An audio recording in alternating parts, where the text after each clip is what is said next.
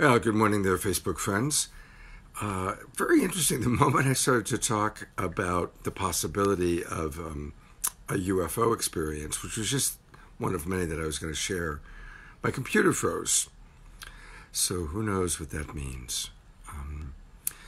I'm Love Coach Scott Catamas, and I really want us to talk this morning about the various ways to manage crisis in our lives. And clearly, the world is undergoing an extraordinary crisis right now. And there's so many different ways to handle it. There's so many different belief systems that are flying through the internet. And they're all just that. They're belief systems ranging from, some very good evidence that the coronavirus is directly connected to 5G. I watched a YouTube today that made a really good case for that. It's several times I've heard that. I also experienced within myself this wondering of, all right, is this my time? What happens if I get coronavirus? Certainly reading about New York and the situation in New York, which is so incredibly painful to read about, and what's going on there. And the estimates are that half the city's population is infected, and they're completely out of beds, they're completely out of supplies. And so what are we going to do? Is that just in certain places like Italy, London, New York? Or is that ultimately what's going to happen all around the world? In which case, there's going to be a phenomenal loss of life. The U.S. death toll doubled yesterday in one day. The number of people that have died doubled in one day. So I don't think too many people are in denial that this is an ongoing challenge and the worst is yet to come. So how to manage that? Because I work as a coach and I work a lot with people that are in crisis, including people that are dealing with death and dying. I've walked many of my friends through death. I watched my wife, who died in the bed behind me, my mother, my father, many friends.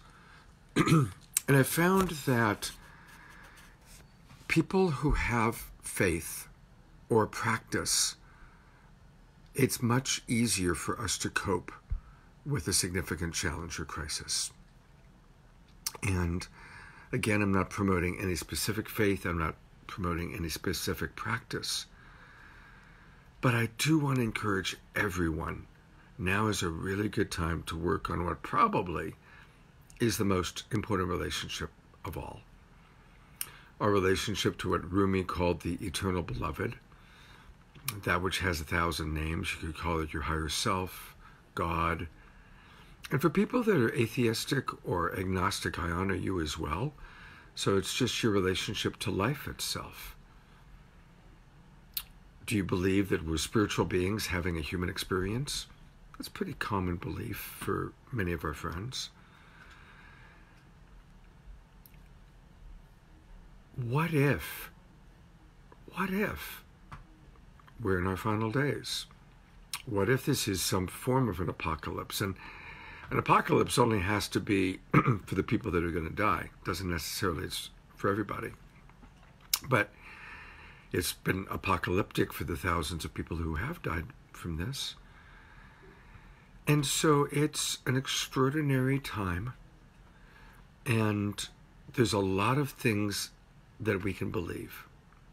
And again, I'm not here to promote any specific belief.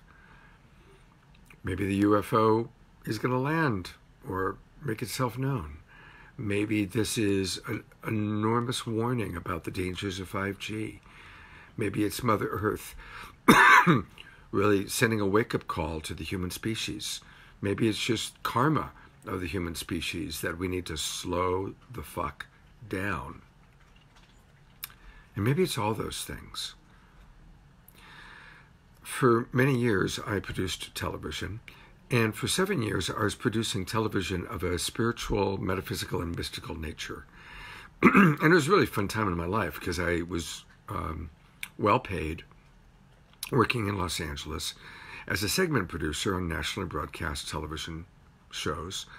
And my specialty was everything UFO, mystical, spiritual. So I got paid very well to meet really the most amazing people in those fields. Marianne Williamson, Deepak Chopra, Tony Robbins. I interviewed 8 former astronauts, 30 former military officials, all about their UFO experiences. And for a while there, I was pretty tapped in. I was kind of at the center of that world because I was the guy that you had to go through to get on television. And I had networks behind me and camera crews and money and a budget. So it was a cool time. And I traveled to whole life expos and UFO expos where I would show kind of the best of my video clips and also see if there are any interesting stories to pick up. And of course, people would say, well, what do you believe? What is this? What's the truth? And really, after being very involved, interviewing a lot of people, producing over 100 national broadcast segments, I really came to the conclusion, this is a dream world. All of it's real from one perspective, and none of it is real from another perspective. It's a dream within a dream, within a dream, within a dream. Christopher Nolan, the brilliant filmmaker, alludes to this in more than one of his movies. But of course, Inception being the one that's most about a dream within a dream within a dream. And so there is the collective dream that there's this thing called the coronavirus that's sweeping the world and impacting us. But then we each have our own individual dream of how we're going to relate to it. Now, to what degree we have control over our dream, well, that's a good question, which I'm certainly not capable of answering. But what I do believe is we can choose where we put our attention. We can go down the rabbit hole of spending 12 hours a day reading all the different things that are going on. We can spend a little bit of time going to sources we trust. We can spend more time focusing on our family, on our writing that book we always wanted to write, being productive in whatever ways you want to be productive, or going deep inside. And it's your choice. I mean, it's a big worldwide timeout going on right now. So we get to choose how we're going to put our attention, where we're going to go with it. And for myself, I'm trying to balance it out. In the last week, I've posted memes that were funny. I've posted articles that were serious. I really enjoyed hosting an online concert that included some really funny comedy with Swami Beyondananda and musical guest Fantuzzi.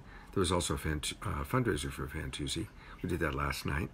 Happy to say we raised over $10,000. I'm trying to find balance doing these events every day with Love Coach Academy, sometimes by myself, sometimes with my partners. But what I want to encourage all of you is to really be conscientious of where you're putting your attention. And what are you choosing to believe? There's a wonderful quote by Einstein, I'm paraphrasing, that the true measure of intelligence is how quickly we can change our belief systems. Another way of looking at it is, what are you collecting evidence to support your belief for? A fanatic becomes dangerous because they only collect evidence to support something that they rigidly believe. And they might even go to great lengths to destroy or hurt anybody who challenges that belief. So we want to be as open-minded and as open-hearted as we can. As a coach, and I'm still every day working with people usually people that are having relationship challenges. When people are stuck in their belief, this is who you are, you're an alcoholic, you're a bitch, you're an asshole, you're a jerk, all these horrible labels, the relationship becomes highly toxic and oftentimes completely dysfunctional. When people are still curious, wow, why do you think that way? Why do you believe something that's so different than what I believe? That curiosity is what keeps a relationship happy and healthy and alive. So let's be curious right now. Let's be curious. Let's not make a religion out of any particular belief, even around this coronavirus. But let's just keep as wide open as possible. I'm choosing social distancing. I think it's obviously a very wise choice. But I'm still open-minded to what degree it's all about contagious, to what degree is it all about my mindset, to what degree, if we get sick or not, is it all chance? These are all questions I don't know the answers to for sure. I could adopt a belief system. It certainly does seem likely to me that it is an opportunity for a non-religious, non-denominational, global spiritual awakening. That's what I hope this is. That's what it seems most likely to be. Humankind really needs to raise our consciousness. I did the very last interview with Timothy Leary before he died, the last public national broadcast interview. He had brain cancer, but he was still very coherent and brilliant. And that was a lot of what he talked about, was that the human species needs to radically raise our consciousness because we now have the technology to destroy the world many times over, whether it's through nuclear weapons or through viruses or through biological weapons. We need to raise our consciousness. We need to, ideally, even go into that experience of oneness or singularity. But as long as we stay isolated, polarized, us against them, well, we've spent thousands of years seeing how that works out. It doesn't work out very well, does it? It may work out well for a few for a while, but humanity really needs a spiritual awakening, not any one particular religious form. So whatever your practice is, and that could be playing a musical instrument or a martial art form. It might be spending more time in nature, more time in prayer, yoga, meditation, chanting. Or if you do have a religion, fantastic. But whatever your practice is, spend more time doing that. And for my friends watching who may not have a practice or may have been so disillusioned with the religion or spiritual beliefs you were raised with that you threw it all out, I understand that. I appreciate your discernment. I appreciate the disillusionment. Maybe you really saw hypocrisy in the church or the faith that you were raised with.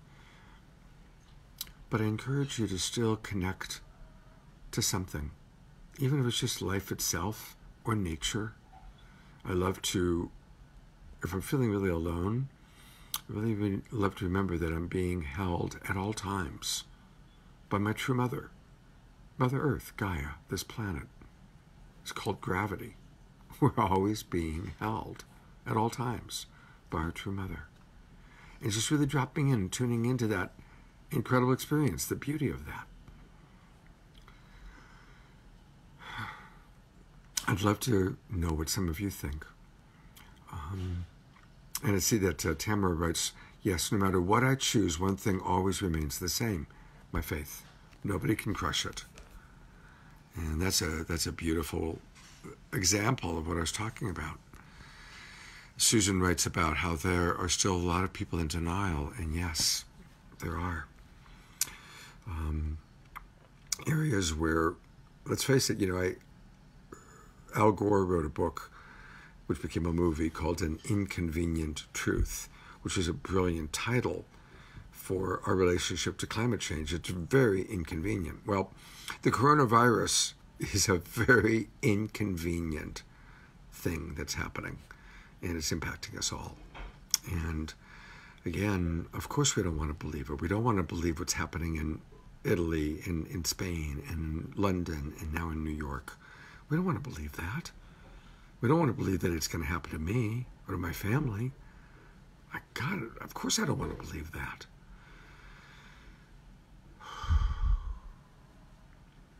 That's where it's important to find the balance.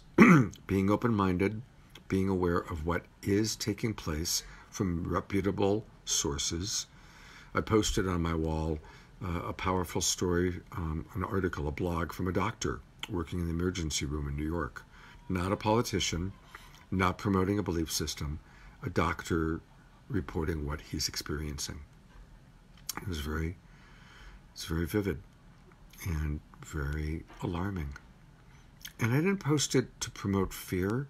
Oh gosh, I'm glad I'm thinking about that. I do not want to promote fear at all.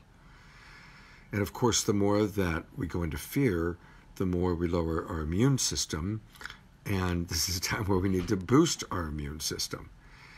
So there's that balance. I don't want to promote spiritual bypass of, hey, it's all a hoax. We're all okay. Go out and party. Or the spiritual bypass of, it's a great cleansing and we're all going to be fine and it's all going to work out perfectly. Well, that's beautiful. And let's still be smart about what people that we can trust are telling us. And there it comes. Who do we trust? I trusted this article by the doctor. I trusted it enough to post it. I don't trust certain political leaders. I trust, there's a friend of mine named Daniel Schmachtenberger. I trust Daniel and what he has to say because he's really smart and he's very open-minded and he's very connected. So I pick and choose who I trust. And then most of all, then we need to trust our own inner guidance. Now there's the rub, isn't it? Being able to differentiate between our higher self, our fear, and the different sub-personalities running around inside of us. The sub-personality that wants to be in denial. The sub-personality that's the inner child that's scared shitless. The sub-personality that knows it all. I can solve this with my mind, with my belief systems. The sub-personality that goes spiritual and, oh my God, it's a beautiful cleansing. And you know what? All those voices, they're all part of us and they're all beautiful. Let's just manage all of the voices inside of us like we would manage our own children. We love all of our children and they all have their own strengths and weaknesses and challenges. So learning to listen to our different inner voices and trust which ones to pay attention to at which times. I work with people as a coach, helping them to sort that out. Enos Rights, I believe many of us have been preparing for this without understanding the details, but working towards this inevitable change. I am calm, and I know I am being supported at all times. I am ready and open for this transformation. That's a beautiful, beautiful attitude, and I really respect that. And I think that's a lot of people I work with have that. It's like, wow, okay, we've been preparing for this all our lives. And again, kind of from a spiritual perspective, how to manage crisis, how to manage an existential crisis, how to manage a global crisis, and how to do it in a way that's filled with compassion. Gosh, I've been talking for a while, and that's the first time I've used the most important word, compassion. That's obviously what I teach. It's what I believe most of our great master teachers were directing us towards. And so on this sacred Sunday, let's have maximum compassion for ourselves, for each other. Let's not get lost in arguing over different belief systems. Let's, when we're feeling under-resourced, let's recognize that and be gentle on ourselves or on the people we're living with? You know, there's people I know that are so lonely because they're all alone. And then there's other people I know that are equally upset because they're stuck in a house or an apartment with people they don't get along with. And they're two very unique challenges. So both of those challenges, as different as they are, require the same thing: compassion, acceptance, presence. This is what's happening. I'm all alone, physically. I need to get my connection needs met digitally. Or I'm stuck in a house or an apartment with people that drive me crazy, even if they're my kids, or my parents, or my roommates, or my lover, or my wife, or my husband. There's times they drive me crazy. Compassion, self-empathy. What am I feeling? What am I needing right now? What's this person who's driving me crazy feeling? What are they needing? We can become most compassionate by slowing down, maybe closing our eyes. Listen to our body. What's my body telling me? The body informs us. What am I feeling? Underneath those feelings, what am I needing? What am I longing for? What's this person that's driving me crazy longing for? What are they needing? This is compassion in action. So this is the Sacred Sunday message. Let's be really, really compassionate. Filling our own well first. As my friend Laura Eldridge likes to remind us, when we are on an airplane and they're giving us the instructions in case something goes wrong, they always tell us, put your own oxygen mask on first before you start trying to save everybody else. Let's fill ourselves up with as much compassion, with as much love as possible. And that's again where we come back to our faith, a practice.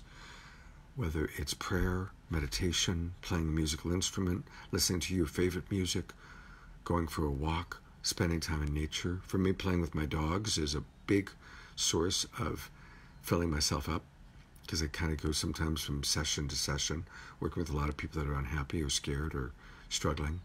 And boy, my dogs know nothing about coronavirus. They just don't. So I am instead playing with them and enjoying them. You know, it's like they're still playing. They're still doing their dog thing, their puppy thing. And I'm appreciating that. So whatever it takes to fill yourself up. And then from your own overflow, compassion for the people around you. Or think of people you know that might be alone. Older people that live alone. People that are scared. People that maybe don't have the faith or the practice that you have. Or if you're struggling, reach out. Reach out. Reach out to me. Reach out to Live Coach Academy. Come to one of our morning or evening sessions and get some empathy, some relationship skills. Vicky writes, I was the scared shitless child for a while, but now I'm centered and grounded, come what may. My hope and energy, sometimes it's hard to get it to read, I'm sorry I can't. My hope and energy and peace and inside of me. So there's an example, Vicky's giving the example of going through the vortex of fear and coming out to the other side. Ellie writes, I say we're safe in the house, not stuck in the house. Just one word can change the feeling. That's wonderful. We're safe in the house, not stuck in the house. That's great. That is really, really great. Thank you, Ellie. I love that. So there it is. What are the adjustments we can make? Vicky went through the vortex of fear. Ellie made an adjustment of one word. So what are the adjustments you can make today on this beautiful sacred Sunday to change the way you're experiencing this crisis? Seeing it as a spiritual awakening. Seeing it as an opportunity to focus more on your health, more on your family, more on those things that are most important. I allowed myself, twice now actually, to really actively imagine what it would be like if I get sick, if I get this thing. And I want to make it clear, I don't want to get sick and I don't want to die. I would love to live for a long time. There's a lot of things I still want to do on this planet. I have books to write, and I want to meet you and spend more time with you. Yeah, you. But I allowed myself to fully experience what it would be like if I got sick and what it would be like if I died. And I pretty well decided I'm not going to do the hospital thing. If I get sick, I'm going to stay home. I'm going to stay in my room. I'm going to stay with my dogs. The scene of the hospitals, if I get sick, is, by the time reading about the hospital scene, that's not where I want to be. If it's my time to go, you know what? I want to die in the same bedroom, in the same bed where my wife died. It's kind of a nice connection to that. And again, I'm not mocking it up for the purpose of attracting it. I allowed myself to imagine it for the purpose of experiencing it, not being afraid of it, and then releasing it to life, releasing it to God, releasing it to my higher self, whatever you want to call it. And I found it was valuable. Now, that's not to say that if I get sick, I'm not going to go through pain. And maybe if I just can't breathe, I might be like desperate and, oh my God, get me somewhere where I can get a ventilator and breathe. I mean, that could happen. But just going through the practice of imagining it was very helpful for me. And what Vicky wrote reminded me of that. Walking through our fear for the purpose of letting it go. So that can be a practice. Just imagining the worst, not to attract it, but to go, okay, if that's the worst that happens, that's okay. I can handle that. It's said, and I believe this, we're never given anything we can't truly handle, but sometimes we need to reach out for the right support to handle it. And that support includes spiritual support. And again, when I say spiritual, I don't mean any particular religion or dogma, but your own practice of faith. The things you can do to remind yourself that you are connected to others and connected to whatever you want to call it. God, the universe, life, nature, higher self, source, the eternal beloved, Father Sky, Mother Earth, whatever you want to call it. Cultivating that connection. Remembering when you felt deeply connected. Remembering when you felt deeply loved. There's an affirmation that I've given and that I use, and I've been using it and giving it out for 20 years, and it's simple. It's, I am love. I am loved. I am love. I am loved. I find that I am love helps me to remember the truth of who I am at the highest level. I am loved soothes my ego. It reminds me that, yeah, I've been loved in my life. My mom really loved me. My dad really loved me. My wife often loved me, sometimes didn't. She'd get mad at me. She'd get mad at me and she'd walk away. She was really cute. But she also really loved me at times. So remembering moments of love, like I just did actually, that was pretty spontaneous. I had this little moment of remembering Suchi loving me and also remembering when she'd get mad at me, which is kind of funny. So I am love helps me to remember, oh yeah, I can be a really, really loving being. I am loved soothes my little boy, soothes my ego. And so if you are in that state where you're feeling scared or alone, try writing that affirmation. I am love. I am loved. I am love. I am loved. There's another affirmation that I use which helps me to connect to the divine, and that is, I am a clear channel for spirit to flow through. I am a clear channel for spirit to flow through. I am a clear channel for spirit to flow through. And that's really helped me as a coach, as a teacher. I recognize I'm a wise elder at times, playing that role. I also have other sides, believe me, but I enjoy playing the role of wise elder, love coach, Scott, teacher.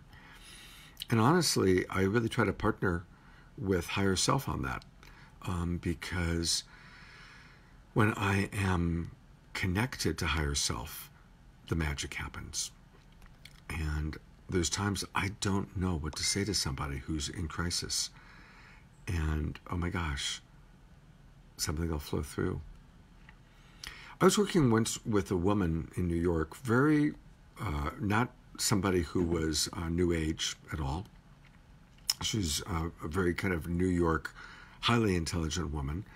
And we were working on her relationship stuff. And she mentioned that she had tremendous regret that she wasn't with her father when her father died. And I could see there was real pain. I said, have you ever really mourned that? And she was like, well, I just feel so guilty and it's so painful to even think about it. I said, well, let's just drop into mourning for a moment. mourning. And we closed our eyes and I ran the mantra, I'm a clear channel for spirit to flow through. And the most extraordinary thing happened. We're going to have a woo-woo moment here. The spirit of her father came into my body. I'd never met her father. I didn't even know his name. But he came into my body and said a couple things to her to establish that it was him, and comforted her. And she's like weeping. And there's like this part of me watching my own self as this extraordinary experience was happening. Now, I'm not putting myself out there as Scott the Channel, so don't start writing to me, hey, Scott, can you channel my deceased person? I have enough trouble just connecting to my own deceased mom, father, or wife. But in that moment, it happened. And I think it happened because I have used that mantra so many times. I am a clear channel for spirit to flow through. And so I've cultivated a connection to faith. Oh, wow. My oldest friend is watching. That's very cool. You know who you are, and I love you very much. So cultivating faith is a really, really important thing for us to do at this time, whatever that means to you. So running affirmations, and the power of affirmations is it gives our mind something to do. Oftentimes we can really become stuck running a painful thought, a painful memory.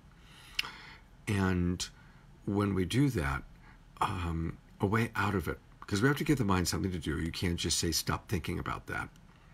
Run affirmations. I am love, I am loved. I'm a clear channel for spirit to flow through. I'm going to give you one more.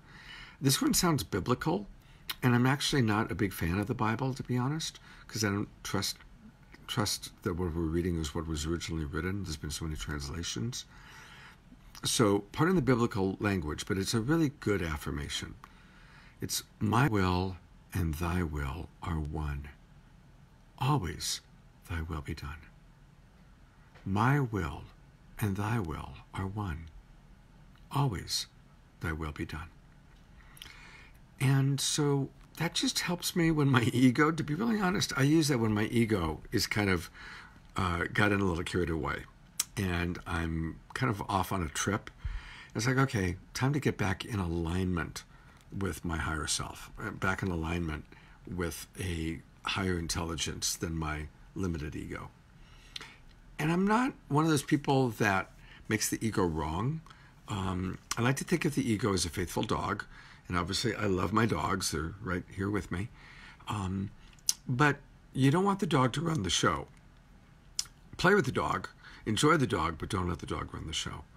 So I want to just acknowledge that affirmation is helpful. Thank you, Susan, Debbie Garcia. Debbie, thank you so much for all the ways that you promote and support. Ellie and all the people sending messages. I will go back and read the messages. Looks like some really fun ones have come in today. I'm having to hold my phone, so I apologize for it being shaky. But hopefully you can hear me well, and the shaky is not a problem. Probably going to wrap up pretty soon. I've probably said just about everything that I need to say. Ronnie Ray, who's a wonderful guitar player and a good friend, says, As connecting with inner love, I'm sharing a mantra prayer. Thank you, Creator, for all this love. I love my life. That's beautiful. I'll read it again. Thank you, Creator, for all this love. I love my life. Thank you. By the way, on my phone, I'm only able to read like the first sentence of what people send. It says see more, but when I click it, nothing happens. So I apologize for that. I'm getting a frog in my throat, which is probably my body's way of telling me it's time to get some breakfast. I want to thank everybody for watching. Maybe go back, watch from the beginning. And I want to just acknowledge we're all in this together. We are being forced to connect digitally as we look at the most important issues of our life. And even if we're saying, okay, what if in the next few weeks I'm going to get sick? What if in the next few weeks I'm going to leave my body? Then what are the most important things to do? Who are the people you want to reach out to and make connection with? Maybe unresolved relationships, people that you loved at one time and you had a fight and you haven't talked to for a while. I've got one of those people, a few of those people in my life that I've been thinking about a lot that I want to reach out to. You know, my friend Roxy, who was watching before, maybe she's still watching, was talking about how much she loved 12-step programs. And I do really respect 12-step. It's a great process, whether you approach 12-step program through AA or Codependence Anonymous or any of the different ways of getting there. The 12 steps are an amazing way to really review your life and clean out a lot of the gunk. One of the videos I was watching today was all about what the coronavirus is, from kind of a scientific standpoint, what a virus is. And it's all about cleaning out the gunk of the cells. So anyway, 12-step is really powerful. If any of you have done it, you might want to talk about your experience of it. If you haven't done it, check it out. Just go Google the 12 steps. And one of the steps, the fourth step, is making amends. And it's a killer, boy. It's a lot.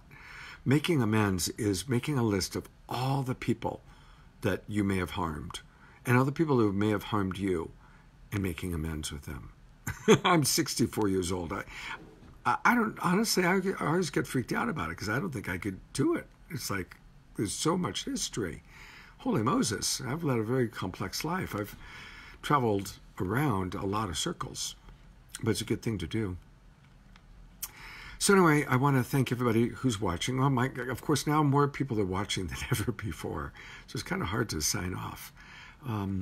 But I want to encourage people to go back to the beginning and maybe catch it.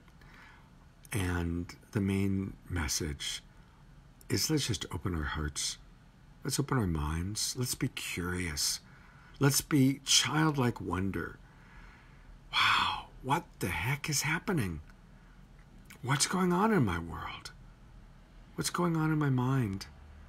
What's going on in my heart? What's going on? And let's not be too quick to get religious about any particular belief system, but let's just stay curious and open-hearted and open-minded. And let's be as loving as we can possibly be. Let's treat ourselves and each other as well as we possibly can. And maybe you need to fill your well up before you have something to give. So listen to your favorite music. Play with your cat or your dog. Close your eyes and remember times that you were loved. Or run the affirmation, I am love. And I am loved. I am love. And I am loved. And remember the times you've been loved. And remember the times you do love. Because I do believe when this world ends for any of us, when our life ends, what we take with us is the love we've given and the love we've received. When my wife died, When my wife took her last breath, it was the greatest moment of my life. Now, I wept because I missed the fact that she was leaving and was gone. On one hand, was devastating. And I still, 8.5 years later, I miss her so much. God, I miss her. But the reason her last breath was such a beautiful moment was because I and the people in the room, it was in this room, about 11 of us, we could feel the incredible transition and liberation as she left her body. As she left her body, we felt palpably this incredible liberation.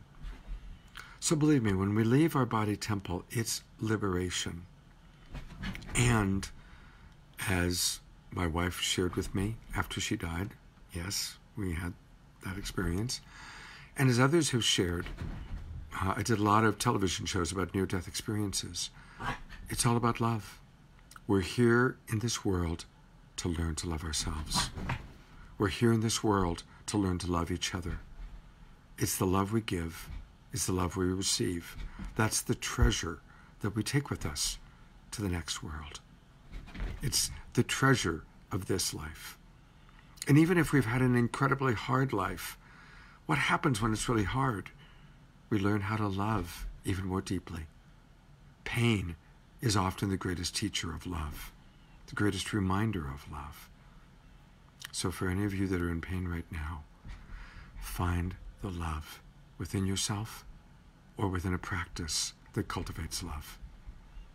And I'm going to go play with my dogs. She's my puppy. She's 10 months old, is running around, and she's got that, come on, Dad, time to play.